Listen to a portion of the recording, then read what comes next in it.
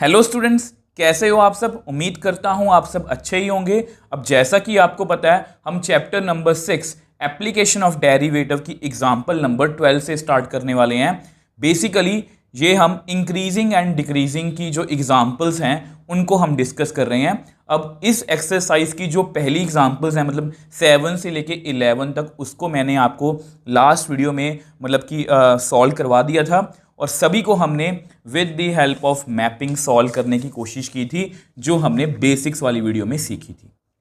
मतलब ये वाली मैपिंग और विदाउट इंटरवल वाले क्वेश्चन में हम ये वाला जो फंडा है वो यूज़ करते हैं। इन सभी वीडियोस का लिंक आपको नीचे डिस्क्रिप्शन बॉक्स में मिल जाएगा। तो एक अच्छे मन से, एक पॉजिटिव मन से आज की वीडियो को शुरू करते हैं। अब देखो, एग्जाम्पल नंबर 12 में हमें क्या पूछा गया है। Find the intervals in which the function given by fx is equal to sin 3x where x belongs to 0 to pi by 2 closed bracket is increasing or decreasing। मतलब हमें यहाँ पर इंटरवल्स ढूंढने हैं जहाँ पर ये जो गिवन फंक्शन है ये इंक्रीजिंग है और डिक्रीजिंग है। और ये जो क्वेश्चन है ये एग्जाम पॉइंट ऑफ व्यू से बहुत ही इंपॉर्टेंट है। एक्चुअल में एग्जाम्पल नंबर 12 और 13 ये दोनों इंपॉर्टेंट है। मैंने आपको लास्ट वीडियो में भी बताया था कि इनका जो सोल्यूशन है वो एनसीईआरटी में बहुत छोटा है, बट इसको मुझे समझाने में आपको काफ़ी टाइम लगेगा, तभी मैंने इन दोनों एग्जाम्पल्स को सेपरेटली सॉल्व करवाया है। क्योंकि कुछ बच्चे जो होते हैं वो ट्रिग्नोमेट्री में बहुत अच्छे होते हैं, कुछ बच्चे एवरेज होते हैं और कुछ बच्चों को ट्रिग्नोमेट्री बिल्कुल भी समझ में नहीं आती। तो हम सब बच्चों को साथ लेके चलेंगे। तो इसलिए इस क्वेश्चन में मैं आपको हर एक पॉइंट, छोटी बात भी आपको अच्छे से क्लियर करने की कोशिश करूंगा। अब देखो, ऐसे क्वेश्चंस, मतलब जितने भी ट्रिग्नोमेट्री वाले क्वेश्चंस होंगे इंक्रीजिंग और डिक्रीजिंग के अंदर, ये सबसे इंपॉर्टेंट रोल प्ले करेंगे इन क्वेश्चन में। ये जो लाइन लिखी गई है ना, x बिलोंग्स टू, इन्हीं पे हमारा जो पूरा क्वेश्चन है वो डिपेंड करेगा। क्योंकि मैं आपको इस क्वेश्चन को नंबर लाइन वाले मेथड से करवाऊंगा, जिस तरह से हमने लास्ट वीडियो में हमने एग्जाम्पल 11 और 10 जो है वो सॉल्व की थी। अब वहाँ पर तो नंबर लाइन आपको पता है माइनस इन्फिनिटी से प्लस इन्फिनिटी होती है, बट यहाँ पर जो नंबर लाइन है वो एंगल के ऊपर बेस्ड होती है। तो इसलिए हम एंगल्स को लेके ही सब बातें कंसीडर करेंगे। जब आएगा तब मैं आपको बताऊंगा। तो सबसे पहले हमारी मैपिंग कहती है understand the question, differentiate it और put F dash x is equal to 0। तो सबसे पहले यही स्टेप्स को फॉलो करने की कोशिश करेंगे। तो let f x is equal to sine 3x, ठीक है। तो differentiate both sides with respect to x। तो मुझे डेरिवेटिव करना है एफ एक्स का, मुझे डेरिवेटिव करना है साइन 3x का। अब इसका डेरिवेटिव तो पता ही है, एफ डैश एक्स, पावर नहीं है, फंक्शन कौन है, साइन एंगल। साइन एंगल का derivative cos angle, then derivative of angle. मैं हमेशा इसी तरह से करवाता हूँ, ठीक है। तो कॉस एंगल, अब 3 बाहर आएगा, मुझे जस्ट डेरिवेटिव करना है x का। तो which implies f dash x is equal to cos 3x into 3x का derivative with respect to x 1। अब आपको गलती बताने की कोशिश करता हूँ। कुछ बच्चे ना इस 3 को इससे मल्टीप्लाई कर देते हैं और लिख देते हैं कॉस 9x। मैं ये नहीं बोल रहा सभी करते हैं, बट कुछ करते हैं, मुझे पता है अपने एक्सपीरियंस से, तो इसलिए बता रहा हूँ कि एंगल के अंदर हम कभी भी बाहर से कोई चेंज नहीं कर सकते, ठीक है। तो मेरे पास मेरा final answer F dash x का कितना आ गया, 3 cos 3x, ठीक है। हमें चाहे क्वेश्चन इंक्रीजिंग का पूछा हो, डिक्रीजिंग का पूछा हो, हम एक ही बार में सारा क्वेश्चन कर देते हैं नंबर लाइन से। तो ये डेरिवेटिव की वैल्यू हम लिख के रख लेते हैं। अब इसके बाद हमें क्या करना होता है, put F dash x is equal to 0, ठीक है। तो मतलब 3 cos 3x is equal to 0, which implies cos 3x is equal to 0, ठीक है। अब इसका मतलब क्या है, देखो इसका मतलब क्या है। मैं तभी बोलता हूं कि ट्रिग्नोमेट्री वाले जो क्वेश्चंस होते हैं वो थोड़े से डिफिकल्ट बोल सकते हो, क्योंकि अलजेब्रिक क्वेश्चंस में क्या होता है, यहाँ पर इक्वेशन आती है या क्वाड्रेटिक इक्वेशन आती है, हम उसके रूट्स फाइंड कर लेते हैं, बहुत ईजी है हमारे लिए। अब यहाँ पर कॉस जो है वो 0 है, तो इसको हम कैसे रीड करेंगे, आपको पता है अब इसको समझने के लिए हम टेबल पे जाएंगे। अब आपको पता है cos 90 जीरो होता है, देखो ठीक है, cos 90 कितना होता है ज़ीरो, मतलब cos पाई बाई टू कितना होता है ज़ीरो। मतलब अगर cos थीटा ज़ीरो होगा तो मैं थीटा को क्या लिख सकता हूँ 90। तो अगर cos 3x is equal to zero है तो विच इम्प्लाइज 3x की वैल्यू पाई बाई टू मतलब 90 हो सकती है। ठीक है, अब देखो आपको पता है हमारे जो क्वाड्रेंट्स हैं, देखो ऐसा नहीं है कि हम सिर्फ 90 पे चेक करेंगे। हमारे आप हमेशा याद रखोगे, हमेशा हर एक क्वेश्चन के लिए 0 से लेके 360 तक हम हमेशा चेक करेंगे। जब तक ये साइकिल कंप्लीट नहीं होगा हम इसको हर बार चेक करेंगे। इसको चेक करने का तरीका आपको बता देता हूँ। देखो कुछ बच्चों को सभी वैल्यूज याद रहती हैं क्योंकि उनका ट्रिग्नोमेट्री का बेस जो है वो बहुत स्ट्रांग होता है। अब जिनका स्ट्रांग नहीं है तो cos 90 आपको पता है, इसमें 90 ऐड कर लो तो कितना आएगा cos 180। ठीक है, अब इसमें 90 ऐड कर लो कितना आएगा cos 270। इसमें 90 ऐड कर लो कितना आएगा cos 360। तो हमारा साइकिल पूरा हो गया। ठीक है, जब भी कोई भी वैल्यू निकालनी हो, जैसे अगर यहाँ पर बाय चांस यहाँ पर कुछ इस तरह से वैल्यू होती कि यहाँ पर 60 आ जाता, 3x इज इक्वल टू 60, मान लो cos 3x, मान लो कुछ ऐसी सिचुएशन है कि cos 3x is equal to 1/2, तो हमें पता है कि इसकी वैल्यू कितनी आएगी 60 डिग्री। cos 60 कितना होता है 1/2। तो हम इसमें 90 ऐड करेंगे, फिर 90 ऐड करेंगे, फिर 90 ऐड करेंगे जब तक हम 360 के पास या उसके पास नहीं पहुंचते। ठीक है, तो इस तरह से ये काम करता है, cos 90 फिर 180 फिर 270 फिर 360। तो अगर इनकी वैल्यूज आपको कैलकुलेट नहीं करनी आती मैं आपको वो भी बता देता हूँ। cos देखो 180, अब cos 180 को हमने लिखा cos 90 प्लस 90, तो 90 पे क्या होता है इंटरचेंज, cos किस में चेंज होगा sin 90, cosine 90। अब ये कौन सा क्वाड्रेंट है आप मेरे को बताओ, 90 प्लस थीटा सेकंड, सेकंड में साइन क्या होता है पॉजिटिव, कोसेकेंड क्या होता है पॉजिटिव, बट कॉस क्या होता है नेगेटिव, तो यहाँ माइनस साइन 90। तो साइन 90 की वैल्यू वो भी आपको पता है 1, तो -1, तो इसकी वैल्यू तो -1 है। ठीक है, तो आगे चलते हैं। cos 270 को हमने क्या लिखा है 180 प्लस 90। ध्यान से सभी बातें समझ लेना, आप खुद से हर एक क्वेश्चन को सॉल्व कर पाओगे, आप में इतना कॉन्फिडेंस आ जाएगा। 180 पे क्या होता है नो चेंज, तो cos का cos 90 ही रहेगा। ठीक है, अब 180 प्लस थीटा, ये इससे आगे जा रहा है थर्ड में cos क्या होता है नेगेटिव, तो माइनस cos 90, cos 90 कितना होता है 0, तो यहाँ पर ये कितना है 0। अब लास्ट cos 360 मतलब 270 प्लस 90। ठीक है, 270 पे क्या होता है इंटरचेंज किस में साइन में। अब 270 प्लस थीटा फोर्थ में cos क्या होता है पॉजिटिव, साइन 91, तो इसकी वैल्यू कितनी है 1। तो यानी कि 0 एक ही जगह पर आया है। हमने पूरा चेक कर लिया कितना आया 3π/2 मतलब 270। आई होप पहले आपको इतनी बात तो क्लियर होगी हमारी मैपिंग से। देखो हमारी मैपिंग क्या कहती है, f' is equal to 0, right find the values of x, उसके बाद right into number line and check positive negative और 0। ये सबसे इंपॉर्टेंट है, 0 हमने चेक करना है, सिर्फ पॉजिटिव से हमारी बात नहीं बनेगी। ठीक है, अब देखो इसके अलावा कहीं पर भी 3x की वैल्यू और कोई भी फिल कर लें 0 नहीं आएगा, इतनी बात आपको क्लियर है। अब देखो अब इसकी बात करते हैं। देखो हमारा जो x है ना, हमारा जो x है वो बेसिकली 0 और 90 के बीच में है, और यहाँ पर हम 90 और 270 की बात कर रहे हैं। आपके मन में कंफ्यूजन भी आ सकती है कि सर हमें तो 90 तक ही जाना है। देखो ये 90 तक ही हमें जाना है और ये x के लिए है, ये यहाँ पर क्या है 3x है। तो हम यहाँ पर क्या करेंगे,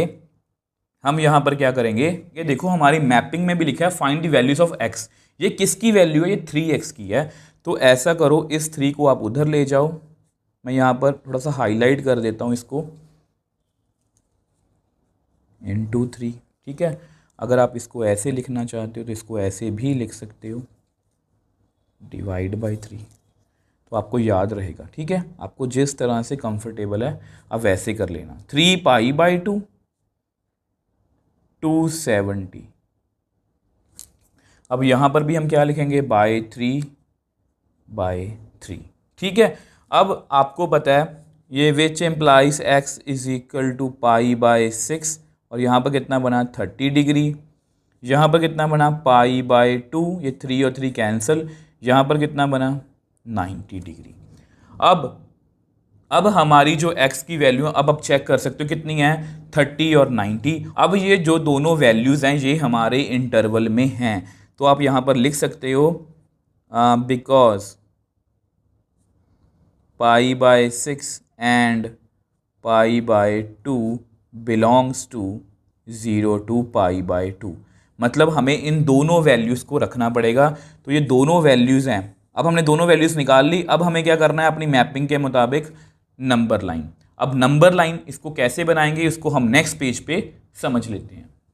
अब देखो ये हमारी नंबर लाइन है। आपको पता है अगर हम अलजेब्रिक क्वेश्चन में नंबर लाइन बनाते हैं तो ऐसे बनाते हैं -∞ to +∞।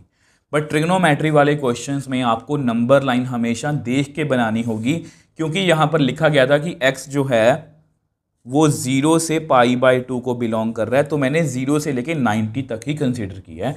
अगर यहाँ पर ये कंडीशन ना लिखी रहती, अगर किसी भी क्वेश्चन में, आपकी नॉलेज के लिए बता रहा हूँ, अगर किसी भी क्वेश्चन में ऐसा कुछ भी लिखा नहीं रहता, मान लो इसी क्वेश्चन में ये ना लिखा होता, तो मेरी नंबर लाइन कैसे होती, 0 से लेके 2π तक, मतलब 360 तक। जो मैंने आपको बताया, हम हमेशा हर एक एंगल को 360 तक चेक करेंगे, उसके बाद रेपिटेशन होती रहती है एंगल्स की। ठीक है, तो इसलिए मैंने बोला था कि इसका बहुत इंपॉर्टेंट रोल है।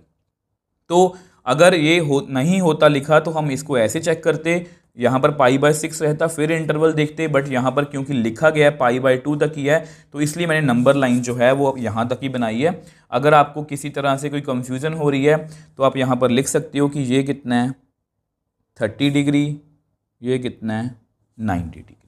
ठीक है, अब आपको पता है हमने लास्ट वीडियो में भी सीखा कि नंबर लाइन के बाद हमें ये चेक करना होता है कि किस इंटरवल में हमारी जो वैल्यू पॉजिटिव आ रही है डेरिवेटिव की, किस में हमारी जो डेरिवेटिव की वैल्यू कितनी आ रही है, नेगेटिव आ रही है, कहाँ पर 0 आ रही है। आपको पता है आपका डेरिवेटिव कितना है, कितना आया था 3 cos 3x।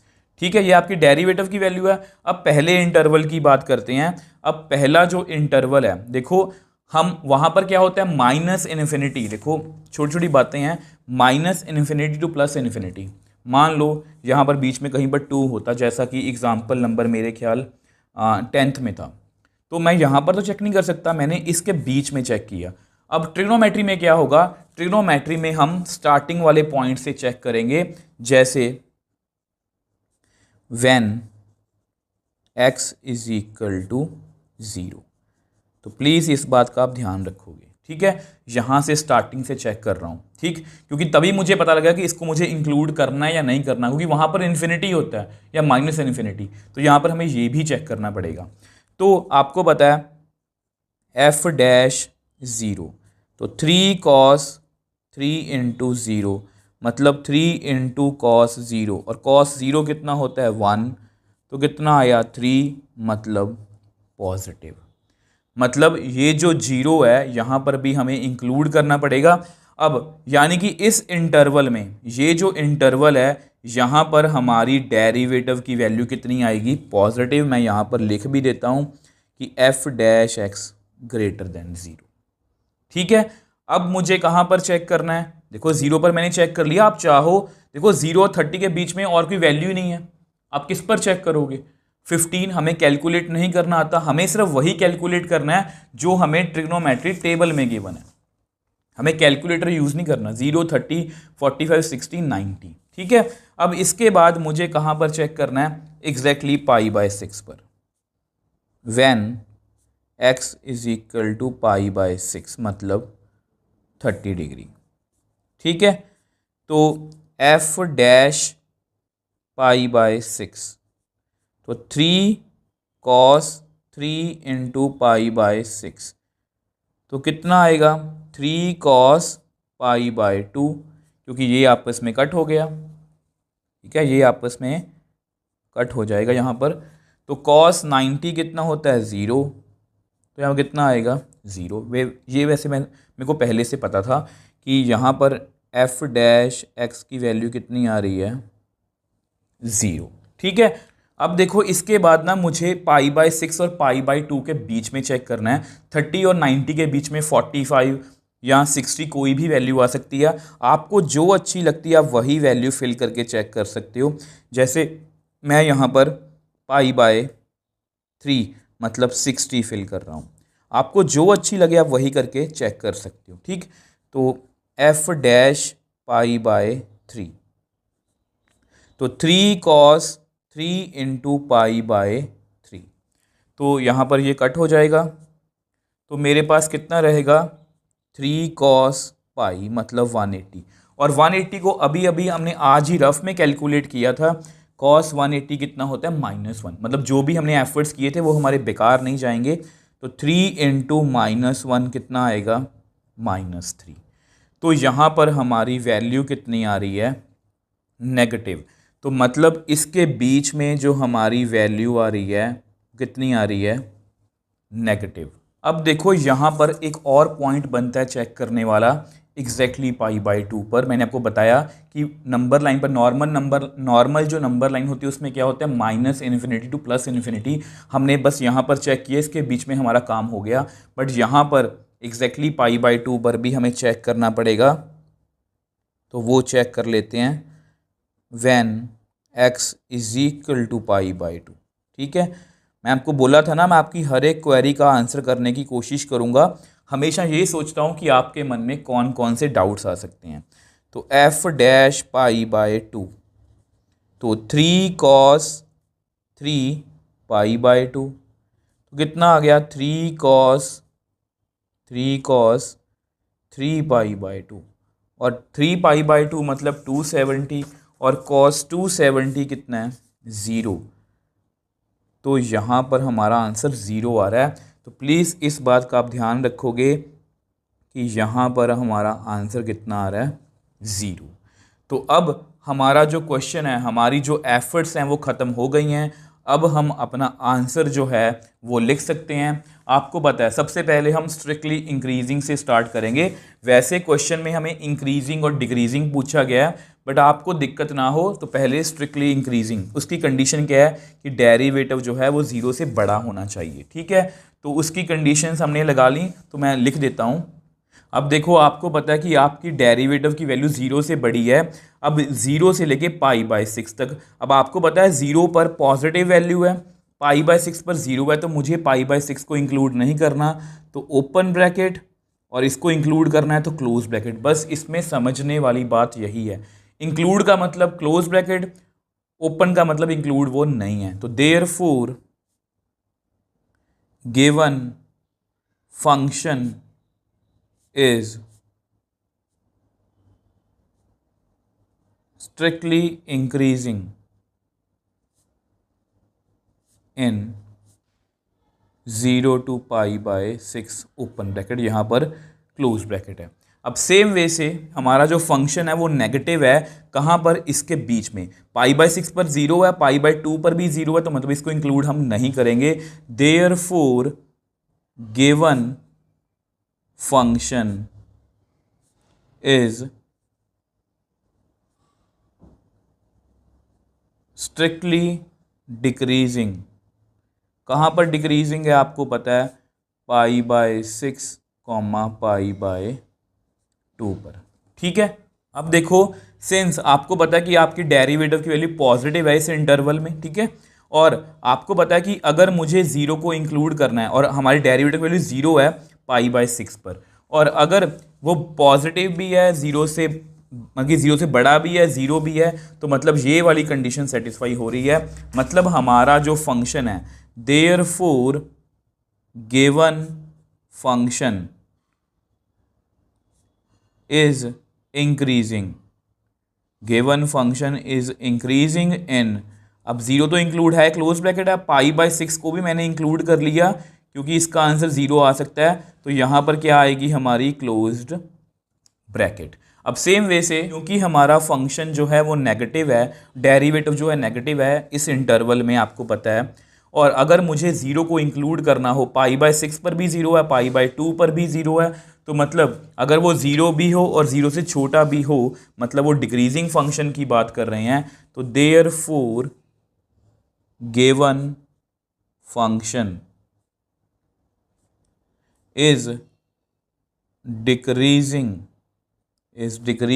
इन, अब π/6 को भी मुझे इंक्लूड करना है, π/2 को भी मुझे इंक्लूड करना है, तो इसलिए क्लोज्ड ब्रैकेट। अब देखो स्टूडेंट्स, हमने ये क्वेश्चन कंप्लीट कर लिया। मैंने आपको इस क्वेश्चन को नंबर लाइन से करवाने की कोशिश की है। स्टेटमेंट क्या थी? f(x) is equal to sine 3x। Derivative किया, कितना आया? 3 cos 3x। अब उसके बाद मुझे पता है cos 3x is equal to 0 का मतलब क्या है कि 3x की वैल्यू कितनी हो सकती है? आपको पता है वो 90 भी हो सकती है। तो उसके बाद मैंने प्लस 90 करता गया, 180 पर नहीं था, 270 पे 0 है, 360 पे 1 है, बस हम 360 तक ही चेक करते हैं। अब दो जगह पर हमारा जो फंक्शन है वो 0 बन रहा था, 3x cos 3x is equal to 0, π/2 पर और 270 पर। बट मुझे x की वैल्यू चाहिए थी, तो मैंने 3 से डिवाइड किया, तो मेरे पास x की दो वैल्यूज आ गई, π/6 एंड π/2, और वो दोनों हमारे इंटरवल में थी जो हमें क्वेश्चन में गिवन था, 0 से लेके π/2 तक। नंबर मैंने बना ली, एग्जैक्टली 0 पर चेक किया, पॉजिटिव आ रहा था वहाँ पर। इसके बीच में मतलब कि पॉजिटिव आ रहा है, π/6 पर चेक किया, 0 आ रहा है। इसके बीच में चेक किया, नेगेटिव आ रहा है। एग्जैक्टली π/2 पर चेक किया, 0 आ रहा है। अब उसके बाद तो आपको पता ही है, स्ट्रिक्टली इंक्रीजिंग मतलब हमें 0 से बड़ा ही चेक करना है, तो वो चेक कर लिया। डिक्रीजिंग, स्ट्रिक्टली डिक्रीजिंग के लिए 0 से छोटे ही चेक करना है, वो चेक कर लिया। बाद में जहाँ जहाँ पर 0 था वहाँ पर मैंने क्लोज ब्रैकेट लगा ली। अगर आप इस तरह से करोगे ना, आपको किसी भी क्वेश्चन में कोई दिक्कत नहीं आई। सो नेक्स्ट एग्जाम्पल 13th की बात करते हैं। अब ये जो एग्जाम्पल है ये भी एग्जाम पॉइंट ऑफ व्यू से बहुत इंपॉर्टेंट है, इसको भी आपने बहुत ध्यान से समझना है। जिस तरह से हमने लास्ट एग्जाम्पल को किया है उसी ही तरीके से हम मतलब कि इस एग्जाम्पल को करने की कोशिश करेंगे। सेम वे से करने का मतलब यही रहता है कि आप उस मेथड में परफेक्ट हो जाओ और आपसे कोई भी गलती ना हो। तो find the intervals in which the function f given by f(x) is equal to sine x plus cos x, where x मतलब कि जो है वो 0 और 2π के बीच में है, 0 और 2π भी हो सकता है। तो बेसिकली इसका मतलब यही है कि उन्होंने ये लिखा है, ठीक है। तो जिस तरह से लास्ट क्वेश्चन में था 0 से π/2, अब यहाँ पर फुल इंटरवल है। अगर ये लिखा रहता तो भी हम चेक करेंगे फुल इंटरवल में, अगर ये ना भी लिखा रहता, मैंने आपको बताया था अगर ऐसा कुछ ना लिखा हो तो मतलब हमें फुल इंटरवल में चारों क्वाड्रेंट्स ही हमें चेक करने हैं, इज इंक्रीजिंग और डिक्रीजिंग, मतलब वही क्वेश्चन है, हमें इंटरवल फाइंड करने हैं। तो सबसे पहले अपने फंक्शन को लिखते हैं। आपको बताया आपका मतलब कि जो हमारी मैपिंग है वो यही कहती है, फंक्शन को लिखो, डिफ्रेंशिएट करो, differentiate both sides with respect to x। उसके बाद हमारी मैपिंग कहती है कि जब आपने डेरिवेटिव कर लिया उसको आप 0 के इक्वल रखो। तो मुझे डेरिवेटिव करना है साइन एंगल का, मुझे डेरिवेटिव करना है कॉस एंगल का। तो इसका डेरिवेटिव तो आपको पता ही है, f'(x), कॉस साइन एंगल का derivative cos angle, derivative of angle. ये जस्ट मैं एक्स्ट्रा स्टेप करता हूं ताकि आपसे मिस्टेक ना हो। जिस तरह से लास्ट क्वेश्चन में था ना, एंगल का डेरिवेटिव तो 3 आ गया था, यहाँ पर 3 नहीं आएगा, बट आपको इसकी आदत होनी चाहिए, sine minus sine angle, derivative of angle. तो f'(x) कितना आ गया, cos x इंटू 1, x का derivative with respect to 1 minus sine x into 1। तो f'(x) की हमारे पास फाइनल वैल्यू आ गई cos x minus sine x। इसको आप लिख के रख लो साइड पे, ठीक है। अब हमें क्या करना है, मैपिंग के अकॉर्डिंग हमें क्या करना है, put f'(x) is equal to 0 which implies cos x minus sine x is equal to 0। अब देखो इसके बाद इसको सॉल्व करने के बहुत से तरीके हो सकते हैं, बट जो मैं मेथड फॉलो करने वाला हूं उसमें हम क्या करेंगे, cos x साइन को उधर ले जाओ plus sine x, which implies cos को उधर लेके जाओगे तो कितना बनेगा, sine x by cos x। अब यहाँ पर ना कुछ बच्चों को कंफ्यूजन हो जाती है। देखो कॉस एक्स, ऐसे करो x is equal to y. अब इसको मैं उधर लेके जा सकता हूँ ऐसे, y माइनस, ऐसा मत लिखो, 0 is equal to y minus x. मैं वाई एक्स को उधर लेके जा सकता हूँ प्लस या माइनस में। मैं ऐसे भी कर सकता हूँ कि 1 is equal to y by x, x को मैं नीचे भी लेके जा सकता हूँ। ध्यान से देखो, ये वापस जगह पर आएगा तो यही स्टेटमेंट बनेगी, अगर एक्स को मैं वापस लेके आऊँगा तो यही स्टेटमेंट बनेगी। तो मैं किसी भी तरीके से इसको कर सकता हूँ। तो आपको पता है because sine x by cos x कितना होता है ट्रिग्नोमेट्री में, tan x। तो यहाँ से मेरे पास tan x की वैल्यू 1 आ गई है, क्योंकि अल्टीमेटली मुझे x की वैल्यू निकालनी है। तो यहाँ पर दो फंक्शन थे, उसको सॉल्व करना मुश्किल था, मैंने एक बनाया। अब tan x 1 कहाँ पर होता है, तो हम जाएंगे ट्रिग्नोमेट्री टेबल के पास। टेबल ने कहा tan 1 होता है 45 पर, इसका मतलब x की वैल्यू π/4 मतलब 45 है। बट क्या सिर्फ इस पर ही 1 होता है? नहीं। अब इसके लिए हम क्या करेंगे, फिर से वही वो मेथड फॉलो करेंगे। देखो 45 है ना, इसमें 90 ऐड करो तो कितना आएगा 135, यानी कि हमें tan 135 भी चेक करना पड़ेगा। इसमें 90 ऐड करो 220। देखो मैं सब कुछ आपको समझाने के लिए कर रहा हूँ, आप ये सारे स्टेप्स जो है स्किप कर सकते हो। 225 में 90 ऐड करेंगे तो 315, ठीक है। और इसमें अगर 90 ऐड करेंगे तो ये आगे निकल गया 360 से, इसको नहीं कंसिडर करेंगे तो वही 4 वैल्यूज़ हैं हमारी। अब मुझे आपको कुछ बात समझानी है, कुछ स्मार्ट वे से कैलकुलेशन करेंगे। पिछले क्वेश्चन में 0 था तो इसलिए मुझे सभी वैल्यूज़ कैलकुलेट करनी पड़ी। अब यहाँ पर tan 1 है, आपको पता है ये फर्स्ट क्वाड्रेंट है, ये सेकंड है, ये थर्ड है, ये फोर्थ है। आफ्टर स्कूल टू कॉलेज, तो फर्स्ट में तो सभी पॉजिटिव होते हैं, मतलब यहाँ पर tan हमारा पॉजिटिव है, और थर्ड में भी tan क्या होता है positive. After school to college, तो दो जगह पर पॉजिटिव होता है, यहाँ पर नेगेटिव होता है, और tan मुझे चाहिए 1। तो इसलिए जो देखो 135 किस में है, यहाँ पर है सेकंड क्वाड्रेंट में, तो इसकी तो वैल्यू नेगेटिव आएगी, तो इसको तो कैलकुलेट करने की ज़रूरत ही नहीं है। 225 इसमें आएगा, देखो 180 से आगे है तो ये पॉजिटिव आ सकता है। ये 315 270 से आगे फोर्थ, यहाँ पर भी नेगेटिव आएगा, मतलब सिर्फ मुझे 225 चेक करना है। अब वो चेक कर लेते हैं। 225 को मैं लिख सकता हूँ, ये जस्ट आपके लिए चेक कर रहा हूँ अगर आपको डाउट है। 180 + 45, आपको पता है 180 पे क्या होता है, नो चेंज, तो tan का tan रहेगा tan 45। कौन से क्वाड्रेंट में हम, सेकंड थर्ड में tan क्या होता है पॉजिटिव, tan 45 1 होता है, तो यानी कि 225, तो 225 को मैं लिख सकता हूँ 5π/4 225, ठीक है। तो मेरे पास x की दो वैल्यूज आ गई, कौन कौन सी, π/4 5π/4, ठीक है।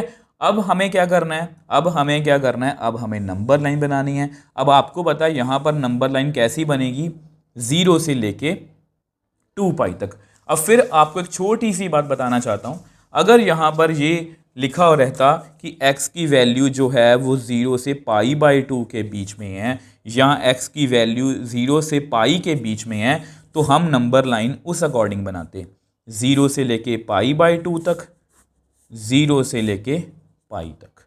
अब इसके बीच में 45 तो आ सकता है बट 225 नहीं आ सकता, तो इसको हम कंसीडर, अगर बाय चांस ऐसे किसी क्वेश्चन में वहाँ पर लिखा हो कि उसकी x की वैल्यू इतनी है, तो हम इस वैल्यू को छोड़ देंगे, क्योंकि ये हमारे इंटरवल में नहीं है। अब यहाँ पर है तो हम दोनों वैल्यूज़, यहाँ पर भी π/4 आएगा बट 5π/4 यहाँ पर भी नहीं आ सकता, तो बट यहाँ पर लिखा गया 2π तक है, तो इसलिए हम नंबर लाइन जो है वो कंप्लीट बनाएंगे। यही छोटी छोटी बातें ही डिसाइड करती हैं कि आपने लेक्चर को कितने अच्छे से सुना है, ठीक है। तो नंबर लाइन बना लेते हैं। अब देखो ये आपकी नंबर लाइन है, ठीक है, π/4 और 5π/4 इसके बीच में है, 0 से लेकर 2π तक, ठीक। जैसा कि मैंने आपको पहले भी बताया, नॉर्मल नंबर लाइन में क्या होता है, हमें -∞ से +∞ होता है, वहाँ पर चेक करने की जरूरत नहीं है। यहाँ पर हम एक एक पॉइंट चेक करेंगे और उसके बीच में भी चेक करेंगे। तो सबसे पहले हम कहाँ पर स्टार्ट होंगे, 0 से। ठीक है, सबसे पहले हम कहाँ से स्टार्ट होंगे, 0 से। At x is equal to 0, और ये आपकी एफ डैश एक्स की वैल्यू है। कुछ बच्चे tan x कंसिडर कर लेते हैं, ये गलत है। ठीक है, इसको मैंने मोल्ड किया x की वैल्यू निकालने के लिए, हम डेरिवेटिव की वैल्यू यहीं पर फिल करेंगे, तो मैंने यहां पर लिख रखा है। ठीक है, तो f dash 0 cos 0 minus sine 0। अब आपको पता है कॉस 0 कितना होता है 1, माइनस साइन 0 कितना होता है 0, तो कितना आया 1, मतलब पॉजिटिव वैल्यू, मतलब एग्जैक्टली 0 पर पॉजिटिव वैल्यू आ रही है। ठीक है, अब इससे आगे नेक्स्ट पेज पे सॉल्व करते हैं। अब देखो हम यहां पर थे, अब देखो मुझे आपको एक छोटी सी बात और बतानी है।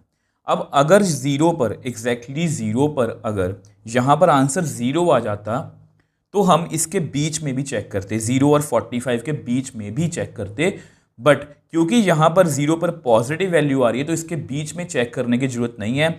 बट आपकी जस्ट अंडरस्टैंडिंग के लिए मैं एक बार यहां पर 0 और 45 के बीच में 30 भी होता है, मतलब π/6 मतलब 30 डिग्री, तो वो चेक कर लेता हूँ। ये जस्ट आपके लिए कर रहा हूँ, अदरवाइज हमें करने की जरूरत नहीं है।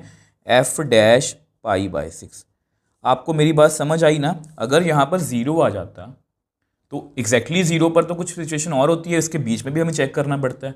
ठीक है, जैसे पिछले क्वेश्चन में क्या था, पिछले क्वेश्चन में ये वाला इंटरवल था, यहाँ पर था π/6।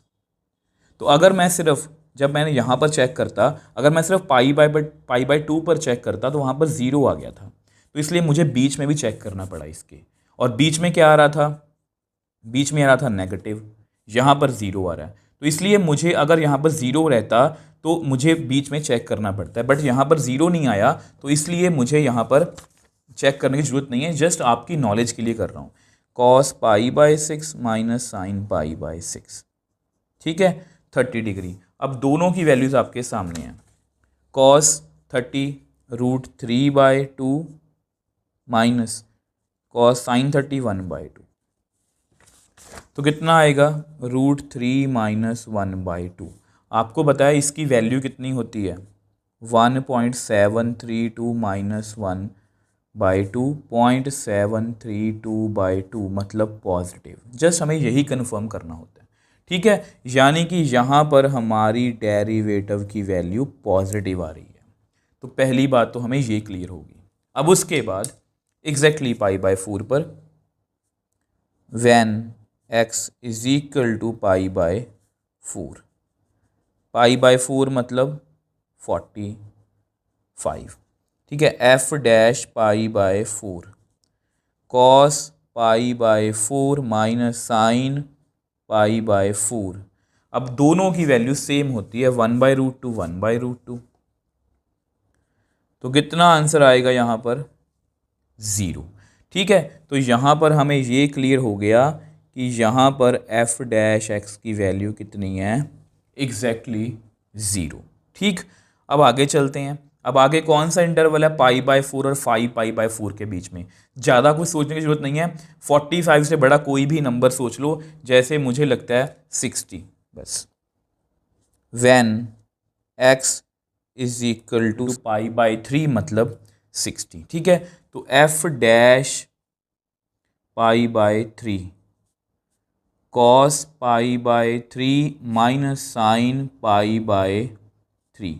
अब आपको पता है फिर से वही cos π/3 कितना है 60, कितना है 1/2, यहाँ पर माइनस √3/2, तो कितना आएगा 1 माइनस √3/2, 1 माइनस 1.732/2 माइनस 0.732/2 मतलब नेगेटिव। तो यहाँ पर हमें ये क्लियर हो गया कि यहाँ पर हमारी डेरिवेटिव की वैल्यू 0 से कम आ रही है। ठीक है, अब उसके बाद एग्जैक्टली 5π/4 पर, अब यहाँ पर वैसे 0 ही आएगी, तो करते हैं फिर भी। तो when x is equal to 5π/4 225, तो f dash 5π/4 cos 5π/4 minus sine 5π/4। अगर आपको इनकी वैल्यूज़ नहीं पता तो मैं आपको बता देता हूँ। कॉस को लिख सकते हैं 180 + 45, 225 को यही लिख सकते हैं। 180 पे क्या होता है, 180 पे क्या होता है, नो चेंज, तो कॉस 45। कौन से क्वाड्रेंट में, हम थर्ड में नेगेटिव होता है कॉस। सेम वे से sine 180 + 45, no change sine 45। Third quadrant में साइन भी नेगेटिव होता है, तो इसकी वैल्यू -1/√2, इसकी वैल्यू -1/√2। ठीक है, तो इस तरह से आप किसी की भी वैल्यू चेक कर सकते हो। -1/√2 कितना आया, -1/√2 + 1/√2 मतलब 0। तो यहाँ पर f' कितना आ गया, 0। अब 225 और 360 के बीच में मुझे चेक करना है। आप ऐसा करो, इसके बीच में कोई नंबर सोच लेते हैं, जैसे 270। ठीक है, 270 पर हम चेक कर लेते हैं। ठीक है, व्हेन x = 3π/2 मतलब 270, तो f' 3π/2 = cos 3π/2 - sin 3π/2। अब इसको भी कैलकुलेट करना है तो कर लेते हैं। 270 को मैं लिख सकता हूँ 180 + 90।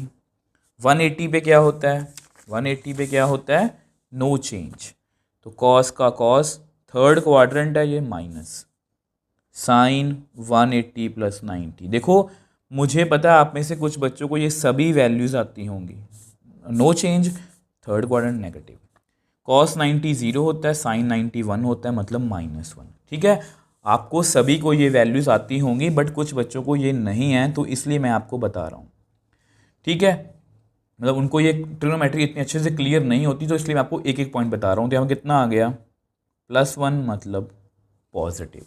तो यहाँ पर भी हमारी जो वैल्यू है वो पॉजिटिव आ रही है।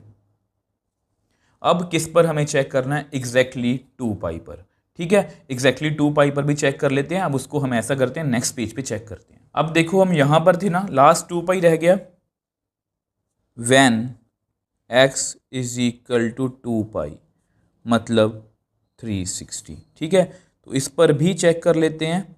अब इसमें भी कई बच्चों को देखो कितना आएगा, f'2π कितना आएगा, cos 2π - sin 2π। अब घबराना बिल्कुल भी नहीं है, अगर हमें वैल्यूज नहीं कैलकुलेट करनी आती तो हम खुद से कर लेंगे।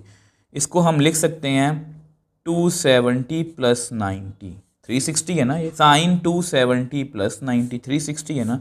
270 पे क्या होता है आप मेरे को बताओ, खुद से बताओ। इंटरचेंज, कॉस किस में होगा, साइन में, साइन किस में होगा, कॉस में। कौन से क्वाड में, फोर्थ में कॉस क्या होता है, पॉजिटिव, साइन क्या होता है, नेगेटिव। साइन 90 कितना होगा, 1, कॉस 90 कितना होगा, 0।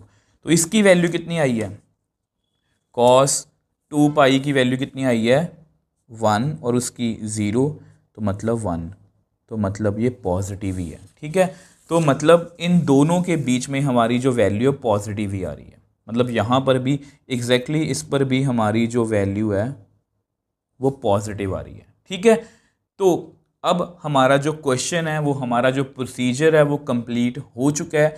अब हमें सिर्फ इंक्रीजिंग और डिक्रीजिंग की कंडीशंस देखनी है और अपना आंसर कर। अब देखो, अब आपके सामने मैंने लिखा है स्ट्रिक्टली इंक्रीजिंग की कंडीशन। आपको पता है कि डेरिवेटिव 0 से बड़ा, ठीक है, और डेरिवेटिव 0 से बड़ा यहाँ पर है, 0 से लेके ग्रीन में π/4 तक और 5π/4 से लेके 2π तक।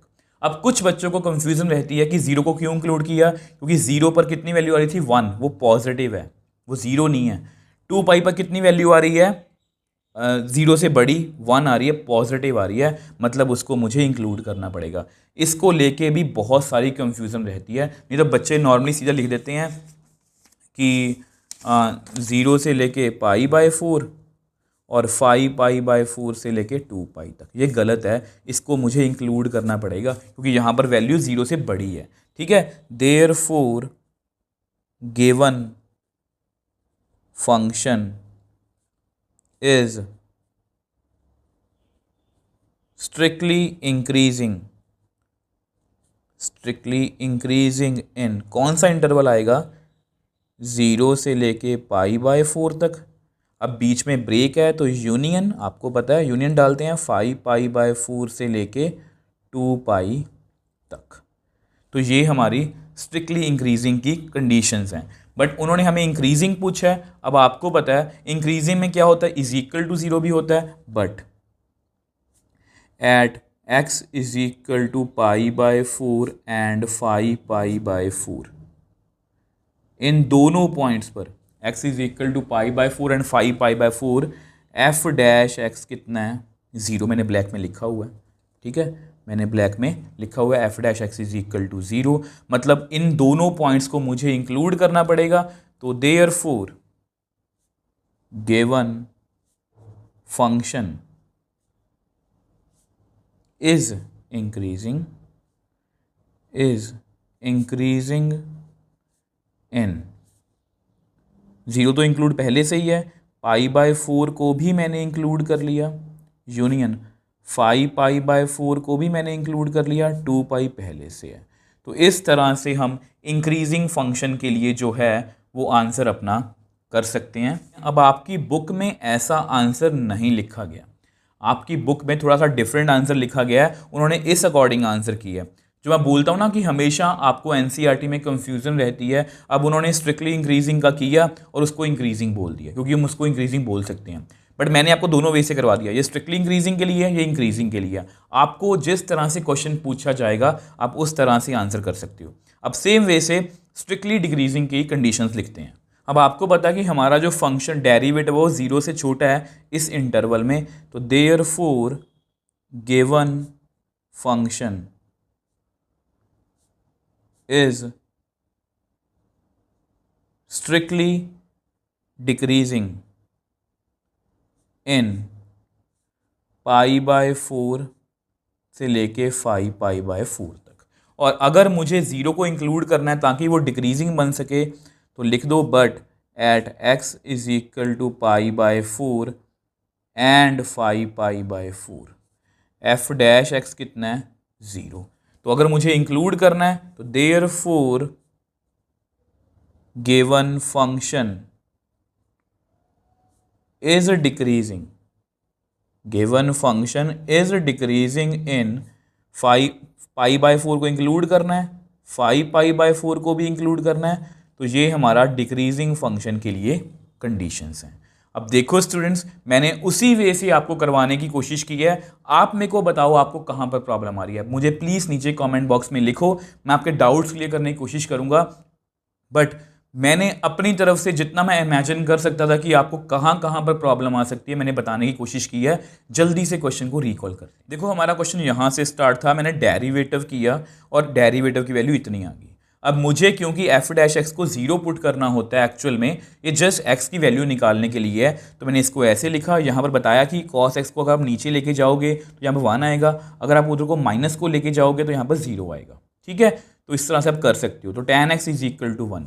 अब tan की वैल्यू 1 कहाँ पर होती है, 45 पर और 225 पर। इसके पीछे की जो कहानी मैंने आपको बता दी कि दो ही जगह पर tan पॉजिटिव होता है, मैंने दोनों जगह पर कंसिडर कर लिया, उसको मैंने नंबर लाइन पे बना लिया।